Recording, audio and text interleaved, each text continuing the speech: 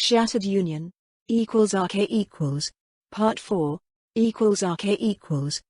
GAR HQ. Coruscant. That's a fine mess. General Valentra muttered darkly. For the last day his face had been etched in a semi-permanent scowl as the situation on Coruscant deteriorated even further. Give me a status report. Obi-Wan did his best to swallow a dejected sigh. 2 days ago, Satine was elected as the new Chancellor in what for all intents and purposes was a bloodless coup backed by most relevant local governments. Roughly 70% of the clones decided to follow her orders despite the shaky legal foundations of said election. It was a much better outcome than anyone dared hope for. The whole scheme was an act of sheer desperation after all. Yet, even such a success left a lot of loose ends. 30% of the clones. That was still billions of soldiers. A lot of the ships too.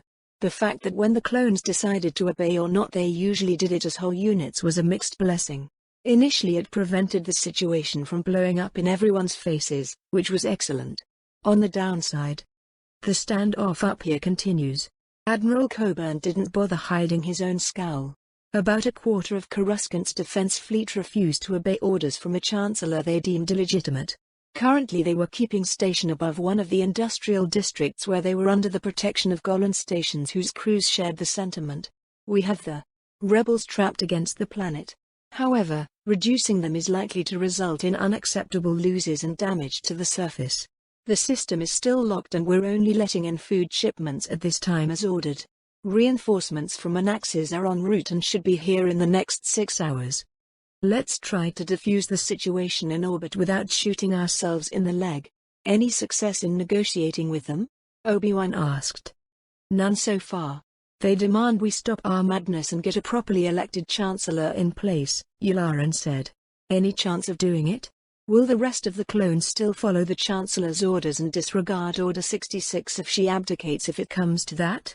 We can't really afford to lose a third of our forces if we simply let them go do their own things. If we have to actually take them down. That didn't bear thinking about. If it came to that, the planned counteroffensive to remove the separatist from the core would become a pipe dream. Satine will be in talks with the relevant governments tonight. We might offer free and safe passage to any clones who don't recognize her authority to systems that share the same sentiment. Obi-Wan raised a hand to forestall the inevitable backslash of such a plan. I know that makes them all a ticking time bomb. We don't have much of a choice. The alternatives might be worse. Can we really afford to let so many formations defect? Because for all intents and purposes that's what we're talking about. We'll have to dedicate sufficient forces to watch them anyway just in case. Coburn spoke in frustration. Starting a second civil war will be worse. We'll seek a peaceful resolution. Half the Republic is already tearing itself apart. Let's not add more fuel to the flames. Obi-Wan slammed his fist on the table they were all gathered around. He paused for a moment and stared at his hand. His emotional control was shot to hell. He had to watch for it before he did something he would regret. Anyway, Tilar, the situation on the ground? Fluid. A number of protests petered out. Some of the riots are dying out too and security forces are retaking control in most regions where the population is supportive of the new developments. However, almost everywhere where the citizens oppose the way our new chancellor was elected, the situation is becoming critical. Valentra's fingers danced over a control panel of the main holotank and the image changed from that of the situation in space to a map of the planet itself. There were vast swaths of ground blinking yellow, where the situation was improving. Precious few were green, designating peaceful regions, and a lot of them were thanks to overwhelming military and security force presence. There was a distressing number of red zones resembling malevolent tumors. Even worse, some of them were the same places where rogue clone units were dug in and refusing orders. A few military bases, 2 whole industrial zones and most distressingly, 6 heavily built-up residential districts that rose in opposition to Satine's election. Those had the potential to become very ugly. The map refreshed under Valentra's administration and a multitude of blue, loyal units were displayed. Some were holding place keeping the peace, others were securing high-value locations and a much smaller number were moving en route to surround the clones who refused to follow orders. There weren't enough of the former to deal with the latter in a short amount of time, and that was before the possible collateral damage was taken into account. Too much of the forces on Coruscant were tied down in trying to keep the peace, or at least the riots from getting totally out of control. There's something curious one of our analysts noted and brought to my attention, Tilar continued. Almost exclusively the units that refuse to follow orders from the new Chancellor are the newest we got. Virtually all veteran formations who were in the fight from the start of the war chose to acknowledge the Chancellor's authority. Unfortunately, while green are problem children are usually up to full strength in both men and hardware. At this time we've got no good answer as to why those units chose to rebel and not others. Curious indeed. Yularen muttered thoughtfully. Any news about how the separatists will react? So far they've simply increased the tempo of their raiding campaign and continue to dig in across the hyperlanes they control. Admiral Trench is playing it safe and refuses to throw ships at our fixed defenses. I believe he plans to let us bleed ourselves as we attempt to dislodge them out of the core and then counterattack when the Separatists complete their next major construction cycle. And we can't just wait for them, we need to push them as far from Kuwait as possible before that happens and keep them as far as possible from that system. Coburn commented. First we need to resolve the current mess, though keep working on assault plans. We need to retake Corellia ASAP, for both economic and political reasons. Every day we waste means more fixed defenses and ships we will have to face when we strike there. Is there anything else I need to know right now? Otherwise, you're to keep the shop running while I'll go negotiate with our rogue units. Obi-Wan looked at his colleagues. Nothing you need to worry about right now, sir. Valentra shook his head. I'll notify you if there are any changes in orbit. Coburn added. =RK equals. Historical notes. =RK equals. Often I lay in bed at night and wonder how everything went so wrong. Was it obvious and was I just too blind to see the clues? Perhaps it was and I willfully ignored them. Looking back, for me and my unit things went weird when the Jedi coup hit. There were no signs of that first treasons. To us, the Jedi were mostly distant figures of awe. The closest we got to one before that fateful day on Coruscant was back home, on Camino, when General Shaak Ti reviewed the Legion's final training exercise before we were shipped to the front. It was the last time we saw either her or home. A month later we were in transit after our fist combat deployment in the East Theater of Operations. 2 weeks of brutal combat across 3 different star systems followed, then we were recalled to Coruscant for our R&R period. The news was shocking. We couldn't really wrap our heads around it. You see, I've spoken with veterans who fought since the first battle on Geonosis. To them the Jedi were different. They saw both the best and worst of them until months later those unsuitable for the posts HICOM issued them at the beginning of the war were demoted into positions suiting their capabilities. Many of my brothers saw, or worse, experienced, the Jedi making mistakes. When the Jedi coup happened, it often didn't hit them as strong as it affected us. I won't say that they should have seen it coming. After all, those who looked for something like that were either accomplices or deceived by people who they trusted implacably. All I'm saying is that many of my brothers saw the Jedi as people. For us, the new meat, they were symbols. The same was true for the Republic and its people. Looking back, yeah, it makes a twisted amount of sense. Since birth, we were taught that the Republic and its people were worth fighting and dying for. We went to bed with stories why we should value it. We were patriots, faithful to the ideals of freedom the Republic embodied. We were naive. Would I make the same call if I somehow found myself back on Coruscant during the second coup? Honestly, I don't know. I'm reasonably sure that many of my brothers who were in my position, if they were alive today, would give you a similar answer. We hadn't experienced how many a Republic citizen didn't care about us. We fought, bled and died for them, yet they were often indifferent at best. Many threw us hateful glares. We were blamed for the war as if it was our fault. Oh, there were those who cheered us on too, a lot of them, especially in the few weeks before Coruscant went to hell. My point? The Republic we were taught to love, it was turning out to be quite different from the one we bled for. At the time, we told ourselves that those people simply didn't understand. That the majority would support us without reservation, that they weren't out doing so because they were too busy actually doing something productive like doing their jobs so they would contribute to the Republic and the war effort. I don't know. That might very well have been the case. There were trillions upon trillions on Coruscant. As bad as the protests and riots were, only a fraction of the population was out on the streets. Hell, we could even understand their frustration with the Senate. Really, who hackles uselessly for more than a month while the government is practically decapitated? I could even understand why General Kenobi and his wife along with Gar Highcom went traitors. We were frustrated too. We wanted to do something more while the republic we wanted to protect was too busy falling apart around us. Some even say that we should really blame those behind the second coup. I disagree. We were all different men. The war brought us different experiences. I can't honestly say that my beliefs are the right ones. Perhaps we were the traitors.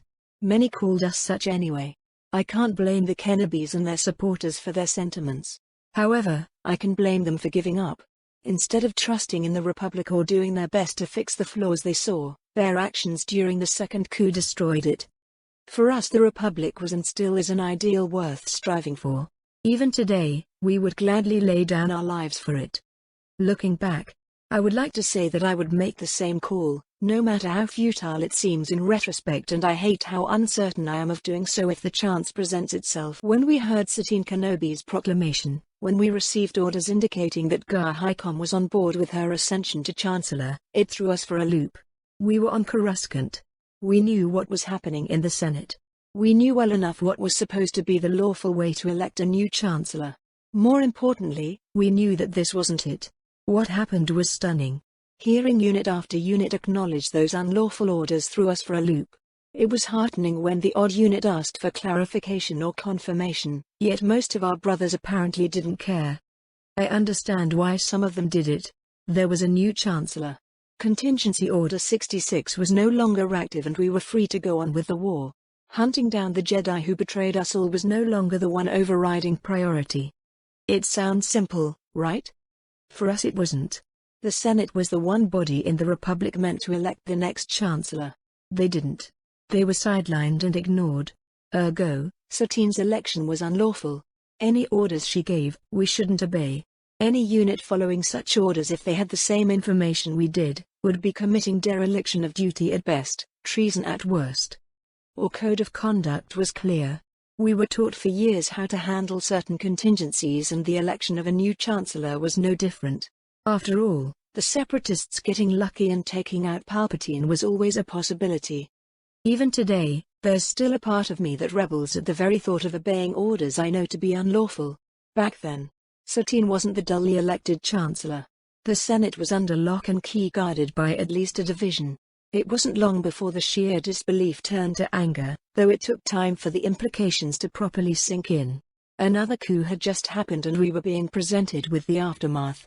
That's why I refused any orders coming from Highcom. It was the same reason why I ordered my subordinates to begin contacting the nearby units as well as any still loyal assets in space. We had to do something. We had to either fight this treason or regroup at a safe place and plan on how to counter it if doing otherwise was not practical. From the Memoirs of General Green, Retired Alliance of the Corps Armed Forces Chief of Staff. =RK=, Part 5. =RK=, Zone B60, Gresh Sector, Undercity, Coruscant. Sergeant Blay nervously scanned one of the tunnels his platoon was responsible for.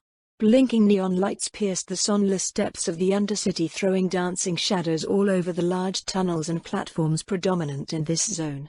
It all made the rioting crowds look like an unending tide of sinister monster who relentlessly crashed into a thin ring of riot police.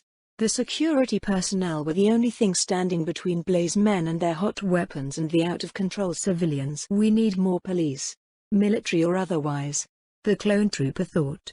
The cordon was still holding, however the policemen and women didn't look like they could keep going at it for long. When, not if, they broke, Blay would have little choice but to use live fire. He had his orders. His platoon had to hold this section at all costs. Dug in as much as possible, if the situation allowed. Crank, Berry, Blay spoke, and the comm unit in his helmet sent his words over the platoon net. Without his helmet, he would have been unable to direct his people because of all the deafening racket made by the crazy civvies. Didn't those fools know that there was a war going on? Blay glared at the crowd below from his vantage point, a raised platform leading into a closed-air car parts shop. Boss? Crank replied after a brief delay. He was one of the best men in the platoon and on the short list for promotion into an NCO when a slot opened. Sarge? Barry was in charge of the single squad reserve Blake could afford to keep away from the 3 tunnels covered by the platoon. While unimaginable, he was a solid and dependable soldier. "We aren't getting reinforcements," Blake said. "We've got bigger problems than the riots," he reluctantly added. It was up to him to break the news to the platoon. Usually that would be up to the LT, however that worthy managed to get himself iced on their only combat deployment before coming to Coruscant, and there was no sign of any replacement coming in, something unlikely to change anytime soon. "Barry, I want you on Overwatch on the right flank. Crank, cut loose a fire team and send it to the left." Blake checked his datapad, which was linked to the police net, including the cameras. The left flank was facing the least number of rioters, while the right, the tunnels leading there, were packed, and the damned civvies were more interesting in clashing with the police than fighting each other or vandalizing the place. That would soon turn very ugly. "Men, I won't lie to you," Blake spoke after checking to make sure his whole platoon would hear. "The situation just went to hell. From what the commander is getting, there was another coup, successful one this time. The Senate is in custody and an unlawfully elected chancellor is issuing illegal orders." Blake grit his teeth in anger. He still couldn't believe that most units were simply accepting such a treason and going on with it as if nothing was wrong. What the hell was wrong with their brothers? "Some of our brothers chose to obey those orders. We have to assume that they are either confused about what is happening or complicit to treason. The commander is doing his best to sort out this mess, and orders will be coming as soon as we've got a plan of action. Until then, we're to hold this position come hell or high water." "We weren't on Coruscant when the Jedi betrayed us all, Sarge. We're here now, and no treason shall prosper while we draw breath," Crank answered after long seconds of stunned silence. "That's the spirit," Barry added in a clipped angry tone. =RK= Assault Shuttle Vega 552, Coruscant. Ahsoka Tano never imagined she would return to Coruscant this way. She was safely strapped in a shock harness in the belly of an assault shuttle besides a part of her command section and 2 squads meant to keep them all intact. That by itself wasn't something particularly notable. She did the same exact exercise multiple times at the War College. It was the destination and reason they were going there that should have been unthinkable. She closed her eyes and her earlier conversation with Obi-Wan flashed through her mind. "Ahsoka, you're a sight for sore eyes." Kenobi looked harried. "Colonel Tano reporting for duty, sir." Ahsoka gave her mentor a textbook salute. "It's good to see you again, Obi-Wan," she added less formally. "I wish it was under better circumstances. Have you been briefed?" Kenobi looked away to something off-screen. "Division sent me all they had." She grimaced. "It looks very bad down there." "It is. We've got the equivalent of a whole army with some additional loose formations refusing to obey orders. Certain units are ready to negotiate for a lift-off world, but others." Ahsoka were getting chatter over multiple regiments preparing to move on the Senate and High Command. "If we try to intercept them from the air or orbit, there's a significant force of rogue warships that might interfere." Initially, Ahsoka thought she misheard. Obi-Wan was talking about what suspiciously sounded like a potential civil war on Coruscant. It couldn't be, right? This was Coruscant, the heart of the Republic. "Where do you need me, Obi-Wan?" "I'm sending you coordinates, maps and all the intelligence we've got. I need you to link up with 2 battalions, 1 armor 1 motorized infantry, and stop 196th Assault Legion from leaving the section of the Undercity they're occupying." Obi-Wan sounded more tired than ever. "No." She didn't mishear. "Rose?" Ahsoka's training kicked in. She was pretty sure it was only the time in the academy that kept her from totally freaking out. Externally at least. Inside, her gut was twisting with worry and fear. How could this happen? Why? Attempt to talk them down. If not, Obi-Wan's face hardened. Use any and all means available to neutralize the threat. "Yes, sir." "And Ahsoka, come back safe," Obi-Wan added. Someone called him and he cut the connection. That was 3 hours ago. It took that long to get everyone ready to deploy and get the outline of a plan that had a chance of not getting everyone killed. It was an excellent timing, a tiny bit better than anything her regiment managed during training. It was at least an hour more than a similar clone unit would have needed to sort things out, though the planning phase might have taken as long if not longer. "Greg, are they still refusing to talk with us?" Ahsoka asked her staff intelligence officer. Major Gregory Wilson was a thin but tall aging man who looked like a light breeze could push him over. In his case, first impressions would be deceiving. He was a former police captain who volunteered shortly after the Separatists released Blue Shadow on Naboo. Thanks to his work in investigation and analysis for an Axis security force, he got a rushed OCS course along with at least 2 more grounded ones that placed him in his current billet. Distressingly, he along with Ahsoka was one of the few more experienced officers in the whole Second Army. The 196th is still keeping tight MCON, sir. I'm trying to patch through the security forces net and get us some fresh intel, perhaps a back-channel line to them too. The major added. Keep the good work, Greg. Ahsoka smiled. While very, very green, her people were eager and well-motivated. She hoped it was going to be enough. That she would not fail them. Shattered Union =RK equals Part 6 =RK equals.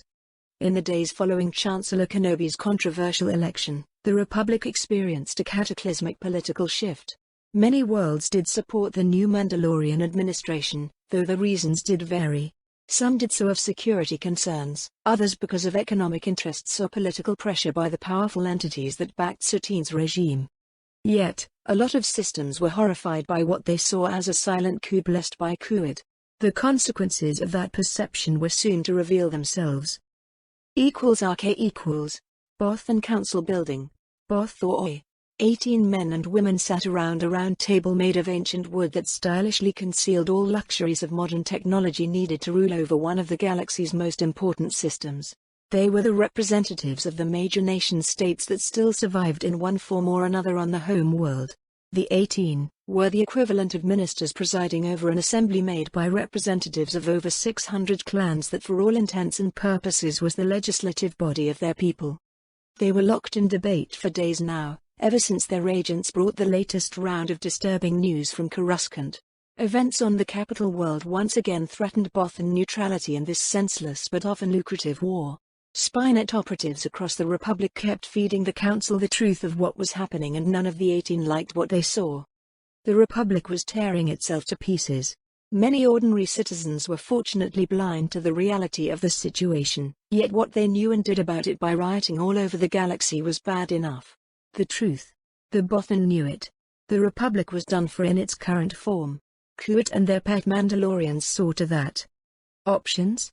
The First Secretary, better known as the Council Chief, the elected leader of the Council, asked. Go on with this charade and hope for the best? The councilwoman overseeing the industry jested. Her fur and whiskers were raised in apparent irritation at the newest mess they had to clean up. Why the Republic counterparts of Spynet couldn't have made a clean sweep and taken out the Mandalorians too. That would have made everyone's life so much easier. Bloody amateurs. Continued neutrality. Support the Republic or risk aligning with the Separatists. We'll need to take an official stance soon. The counselor in charge of the Bothan diplomatic service growled from deep in his chest. He would have to sell whatever policy the council voted on both their allies and enemies. We need to decide our real stance first. The official contact with the Bothan Spynet looked at her colleagues through narrowed eyes. The First Secretary took a moment to appreciate how fierce and desirable it made her look before he kicked himself for falling for such an obvious distraction and got his head back into the game. Officially? Do we have any reason to break our neutrality at this time? The debate continued. There were few benefits of supporting the new regime on Coruscant, thought they were currently outweighed by the negatives by a lot. The council chief called the vote and neutrality won by a landslide. Now it had to be sold to the General Assembly. However, he didn't foresee many problems in that regard, though some political capital had to be spent to ensure it. Unofficially, Mandalorians, Sith, Separatists, they will be bad for our business. Any reason to offer the Kenobis and Kuat support beyond what they might need to ensure that they and the Confederacy tear each other apart? The middle-aged man looked at each one of his colleagues in turn. There were reasons to offer more support to the Republic for the time being at least. Separatists' victory, at least one that didn't bleed them dry to the point of impotency, wasn't desirable. Without Bothan spycraft and data net magic, the Republic might not hold together for long enough to guarantee a favorable outcome. Besides, endearing themselves to the new regime so they could better maneuver Spynet operatives in a position to deal a killing blow when the time came could be very, very useful. This time the vote came without dissent.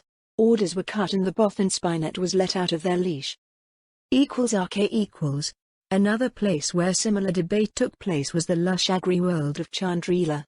Members of the Chandralan House hid themselves behind closed doors, a notable event considering that on their world law dictated that all major decisions would be voted on through direct democracy that gave every single citizen a voice.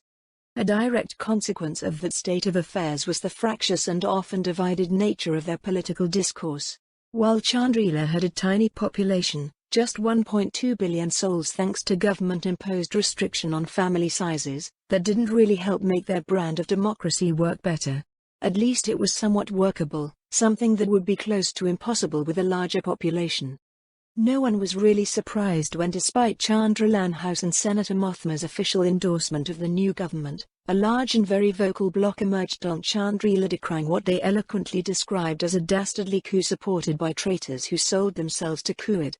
What very few people took note of was the direct link between the growth of that bloc and the decline in military-related production not only in the Chandrila system by those closely allied to its government. Officially the blame was placed by the ever-increasing disruption in the economy caused by the war, economic turmoil and systems seceding after Sutin Kenobi was elected as a chancellor.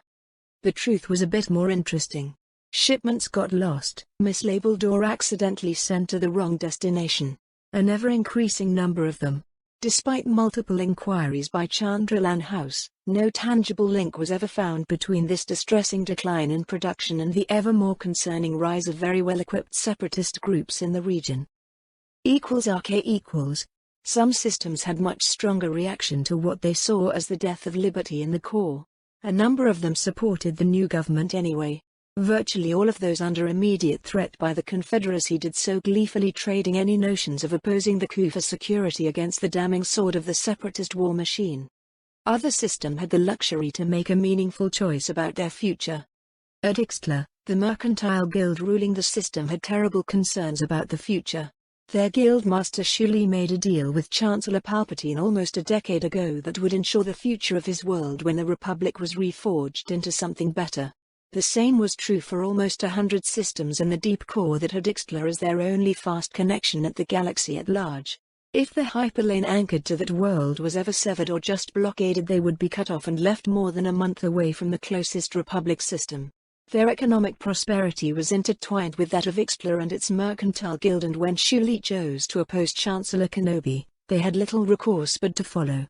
Ixtla was one of the first systems to formally secede from the Republic. It wasn't the last.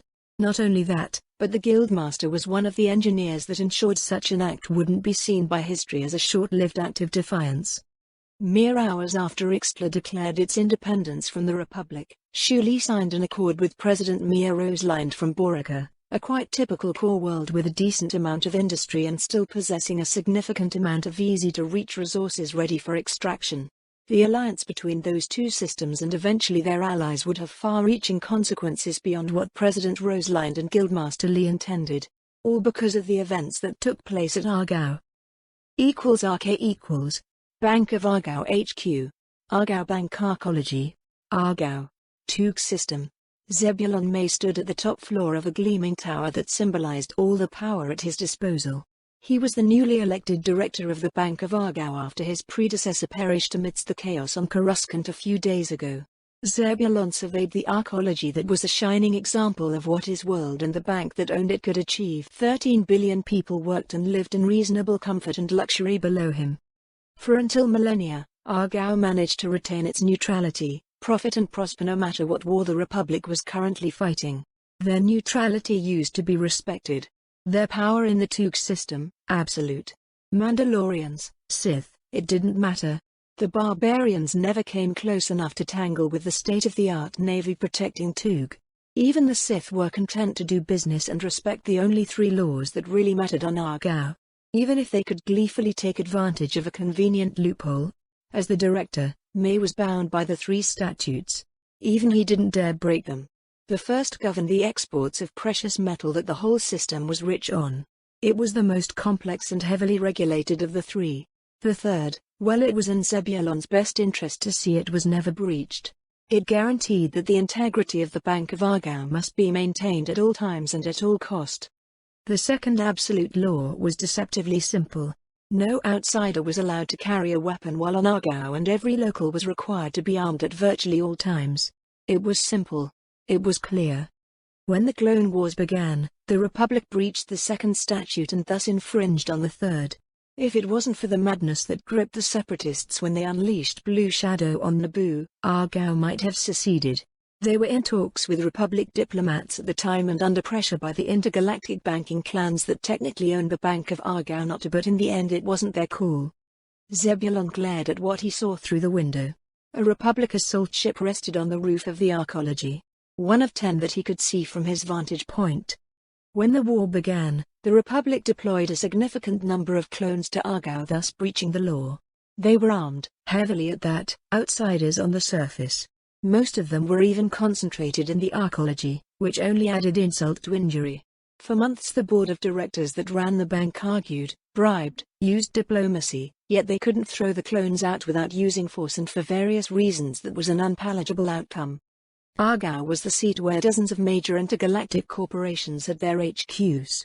None of them wanted open warfare, even if they weren't thrilled by the Gar presence. May's predecessor found her hands tied by politics and the reality of their situation. She was now dead, lost thanks to the chaos burning on Coruscant. The creative way the Mandalorians and their allies stole the leadership of the Republic presented an opportunity. Thanks to its central location, resources and all the corporations calling Tug home, the Bank of Argao had options that most systems lacked. For all intents and purposes they owned most of the sector and had very close ties with the systems they did, not to mention with everyone in the local region of space. The current situation of the Gar was as important. The clones in the Arcology were in an armed standoff with loyalists opposing the Mandalorians and Kuat in open rebellion against their former comrades.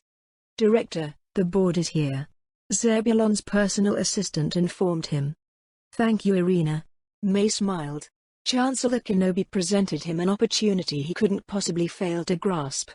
10 men and women from half a dozen species walked in May's office, and 2 of them were already in his pocket.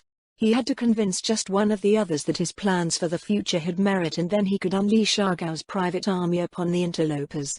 The Republic was too busy falling apart, and he was determined to ensure that Argao would emerge as the leader in the core when the dust settled.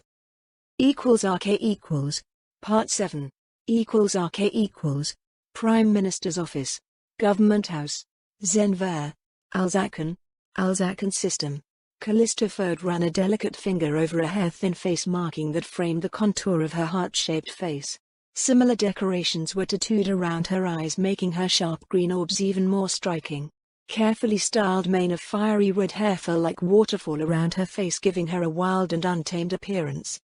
The Prime Minister's looks were one of the weapons that helped her achieve her office, though she held it thanks to her acute political sense and the allies she made during her long years as an elected official in 3 different governments. The past year marked the pinnacle of her career, yet it often made her regret running for the highest office on her home world. The madness that took over Coruscant lately should have made her happy. After all, Alzakan and the capital world of the Republic were ancient rivals, often enemies who used both the unparalleled strength of their economy and the might of their vast fleets to resolve their disputes. While those open warfare ended millennia ago, the 2 mighty economimonopolises often clashed in the political arena even during the golden age of the Republic. As time passed, the galaxy changed. While still mighty, Alzakan was left behind by the unparalleled expansion and prosperity that Corellia and Kuat enjoyed. For hundreds of years even the best efforts of both government and corporations weren't enough to reverse the trend. That thought made Callisto grimace. The separatists and the ineptitude of the Republic Senate did what Alzakan best and brightest were unable to achieve. In mere months they brought not only Corellia but the Republic on their knees. This was a new age, one of opportunity and deadly danger. The Prime Minister took a moment to look over her office. Everything was in place, from ancient murals on the walls showing scenes of historical significance to the smallest piece of antique furniture. The whole place was steeped in history and power bound in one tasteful package. It was a declaration that Alzakan and those elected to lead her knew their place in history, knew their strengths and would never bow to external pressure. Half the murals of battles won, and not just on the battlefield, were a loud declaration of that fact. Tastefully placed around the room were busts of the most famous and successful of Callisto's predecessor, and their sharp eyes were looking at her desk, judging her worth. It was tradition, so she could never sit too easy nor forget her duty. Sometimes it even worked as advertised. A chime rang, interrupting Callisto's musings. "Ma'am, Ministers Davis and Yuko are here," Third Secretary announced. "Please, invite them in, Marissa." The Prime Minister stood up. Those two were some of her closest and most experienced allies. Without their counsel and experience, she would have faced many more problems in the course of her career. A member of the security detail opened the decorative wooden door leading into her office, and the ministers walked in. Boruyuko was first. He was a tall, broad-shouldered man who resembled a walking tank. The side of his face was a mess of scars, a painful reminder of his days in the Navy as a marine hunting pirates. Despite his fierce appearance, he was an easygoing and generally good-natured man. Some claimed that his temperament didn't suit his post as the Minister of Defense. However, Yuko successfully held the post in 2 governments now, and he had ample time to prove his qualifications. Under his stewardship, Alzakan possessed one of the best and largest armies and navies within the Corps. With the fall of Corellia, that made their system the 3rd largest military power within the Republic, right behind the GAR and Kuwait. In contrast, the Foreign Minister, Roger Davis, was a short, almost stumpy man who appeared like a dwarf next to his giant friend. He was an experienced diplomat who thrived in the cutthroat world of interstellar relations. In the past year, Roger and his ministry's efforts were crucial in negotiating deals that placed Alzakan in position of power within the Republic that their system hadn't seen in centuries. Now all those efforts were threatened by the fools on Coruscant. "Gentlemen, it's good to see you again. Please, be seated." Callisto beamed at her guests, and after they exchanged the expected pleasantries, guided them to a carved table and the comfortable couches surrounding it. An order to the security protecting her and the room was sealed from the outside world. Additional jammers came online, and a wave of static washed over the Prime Minister and her guests. "Roger, Boru, it's good to see you again." Callisto smiled pleasantly and allowed herself to relax a bit. Those two were among the few politicians she could ever afford to put her hair down, so to speak. "Same to you, California." Yuko returned her smile. "It's shame we couldn't meet back at Leah's gala yesterday," Roger sighed.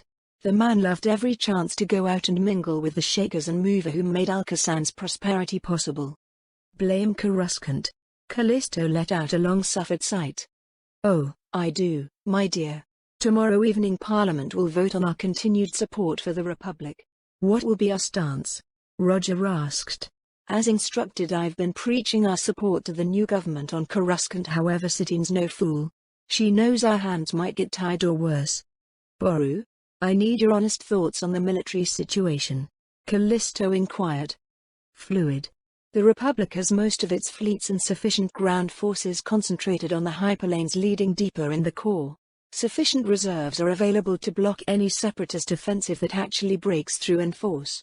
The situation to the east is more or less stable. However, the clones are a wild card. They still make the bulk of the Republic military.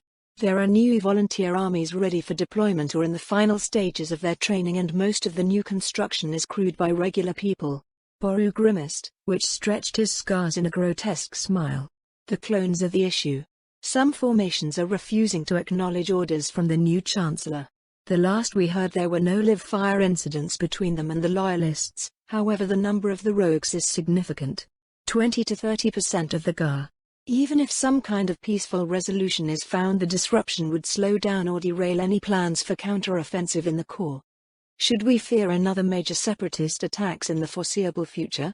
Callisto inquired. "Doubtful. All intelligence sources I've seen indicate that the enemy is content in digging in and securing their new gains. They spent significant resources going after Vale and that Mid-Rim Alliance he latched to, not to mention locking down all the territory they gobbled up. There should be at least a system fleet equivalent of Republic naval units biding their time in separatists-controlled space, units that had avoided action so far. They're binding a significant number of enemy resources in patrols and hunter-killer squadrons. I expect that the Separatist will be on strategic defense until their next major construction cycle is complete, and then they will throw everything they have at Kuwait. If they reduce its industry and we can't respond in kind at Fondor, they're likely to win the war." Kenobi knows that and is doing everything in his power to prevent such an outcome. So military we're reasonably secure for now? Roger asked. Emphasis on reasonably. Boru nodded. Good enough. What are we going to do with our new Mandalorian overlords? Callisto grumbled and stared at Roger. With Kuat, Anaxes and the Corellian remnant backing them, they do have a veneer of legitimacy. Our tactic support all but cemented it, at least as far as the citizens are concerned. Many local governments won't agree. I've heard whispers of secession or worlds biding their time until the separatists are kicked out of the core. Even with our official support backed by Parliament, the Republic is liable to fracture even further. Without it, Roger shrugged. Should we continue to provide such support? That's the big question, isn't it? Kuat is the separatists' primary strategic target. If they suffer significant damage, that would create an opportunity for us to change the Republic from within to better serve our interests. Callisto thought aloud. We can do very well for ourselves even if the Republic fractures. We'll be an island of stability and our armed forces will be able to provide security. Roger added. True, my friend. Callisto hummed. Parliament appears to be in favor of supporting the Republic, however there's still time to change that, though it would cost a lot of political capital better spent elsewhere. What's our strategic goal here? Boru asked. It certainly isn't a return of pre-war status quo. If you asked me a month ago. Callisto pouted. Roger, arrange a call with Chancellor Kenobi. Let's see what concession she and her Quati friends are prepared to offer for our continued support. I'll want her to tell me what exactly they plan to do with the Republic in the future too. I want to talk with her tonight at the latest. I'll handle it. Davis nodded. What's our play? With the Senate sidelined and mired in investigations, we have a priceless opportunity. Coruscant won our historical conflict about the direction and shape the Galactic Republic should have taken. Now we have a priceless opportunity to change history. Let us not waste it, gentlemen. Shattered Union. RK equals. Part 8. RK equals. Chancellor's Office. Senate Building. Coruscant. It was curious thing, sitting in that chair, behind the desk in the Chancellor's office. Her office. Satine never even imagined that she could hold such an office. She was Mandalorian, and despite the close ties her government forged with the Republic before this war and the Death Watch madness, they were a peaceful, neutral power. At least that was what she and most of her supporters told themselves. War was sheer insanity. Mandalore and her people experienced it firsthand. They knew better, or so she thought. Satine closed her eyes and rubbed her temples. She was a Mandalorian. She should have known better. There were many new Mandalorians. Even most of those who clung to the old ways were tired of war long before the Clone Wars began. That, however, didn't mean that they were ready or eager to put away their weapons for good. Too many of the new Mandalorians heeded Veil's call after Grievous and Vizsla set Mandalore on fire.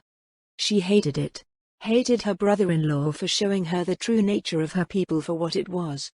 Satine even hated herself because the close calls, the burden of leadership that fell upon her since Mandalore sided with the Republic, they made her heart beat in anticipation and her blood race in her veins.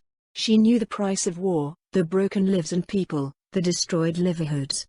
Yet, power corrupts, Satine whispered. And absolute power. She grimaced. Satine was the Chancellor of the Republic. Despite the irregular, even illegal way she got elected, the post was hers.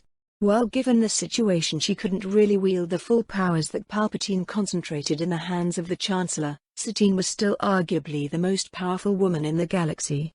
Despite the number of clone units that went rogue, most of the Guard decided to follow her orders. That by itself gave her more real, tangible power than but a few could match. In pure military terms, only Director Kuat was her peer. Politically, however, that was the arena where everything was impossibly complicated. Satine opened her eyes and sighed. This was the first time she came to the Chancellor's office since the Jedi coup. The place was restored to pristine condition and still had the furniture and gifts chosen by Palpatine, at least those few that survived. Most of the rafters were empty after the various pieces of art the former Chancellor favored got destroyed. It was a painful reminder of the dangers associated with her new job. It wasn't just the Confederacy that was the enemy. There were people supposedly on her side that might seek her removal or even death. Satine's hands went to her midriff at that thought. It has been very long since she thought or even hoped to have children. There was always something more important or at least immediate that she had to deal with. And precious few men who interested her enough to even think about anything but a brief physical relationship. A demure smile graced her face. Satine never really dared hope that anything would come from her indiscretion with Obi-Wan all those years ago. After all, he used to be a Jedi sworn not to have a family. If there was one thing she would thank Vale about, it would be that he helped bring them both together. No, actually two things. Without that infuriating Sith's presence, it would be very possible that she would still be estranged with her sister. Who would have thought that the presence of a Sith in her life would be a mixed blessing instead of an unmitigated disaster? Well, it was a disaster too. The Chancellor's brief respite ended with the beep of a comm unit built in the desk. She smiled tiredly when she answered and saw her husband's hollow image spring to life in front of her.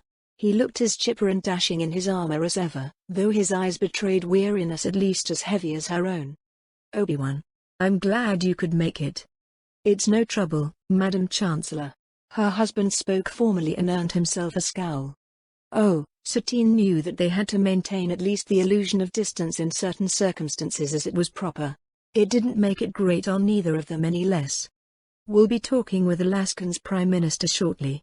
Given the circumstances, I need an honest assessment on our military assets. How bad do we need their navy? Ground forces? Satine asked. That they needed the political support went without saying. With Alaskan's continued backing, the Republic actually had a prayer of surviving in one form or another. Otherwise, sooner or later she would have to go after one of the less palpable options if they wanted to keep fighting the Separatists. On paper? Mixed bag. A lot of rogue units still refuse to negotiate and some even still move towards the Senate and other critical objectives. Unless they see reason, we'll have to engage them. Obi-Wan grimaced. Bearing a miracle, we'll take casualties and there will be significant collateral damage. How many?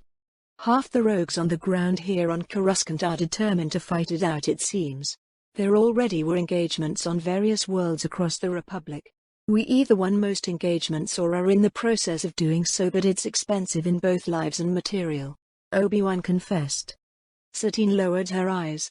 That was solid 15% of all clone ground forces on Coruscant. There were millions of soldiers who would rather die fighting than follow her lead, and it was all on her. This whole mess was her brainchild. She saw it through and it was her responsibility.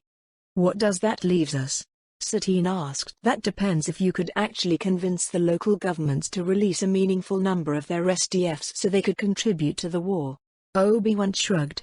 The new construction that came online more than makes up for any naval assets that chose to mutiny. We're in a little better position than we were when the Separatist offensive petered off.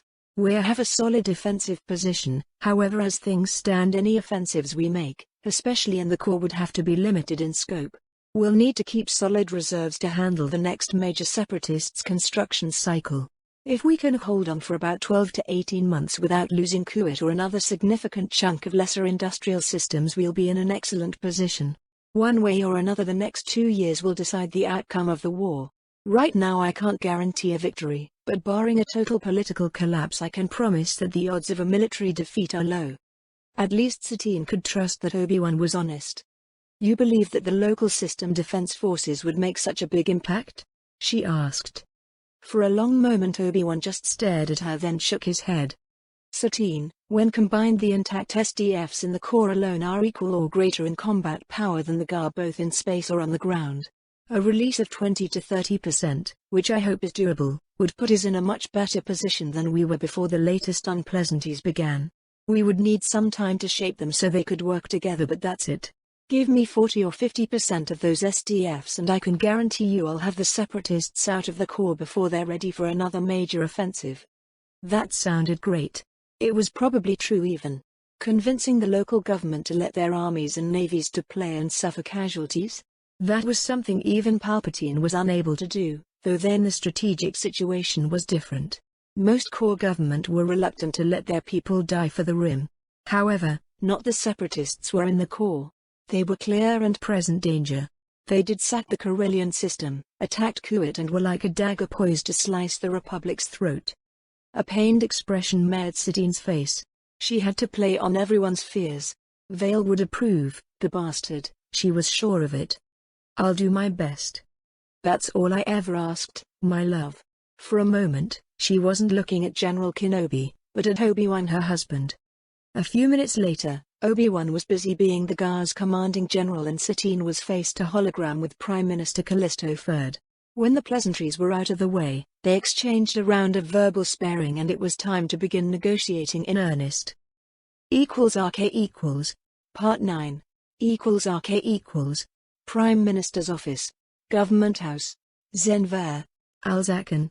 Alzakan System. Tomorrow Parliament will vote on our continued support of your Republic, Chancellor Kenobi. Prime Minister Ferd smiled cheerfully. We do have some concerns about our future relationship that need to be addressed first.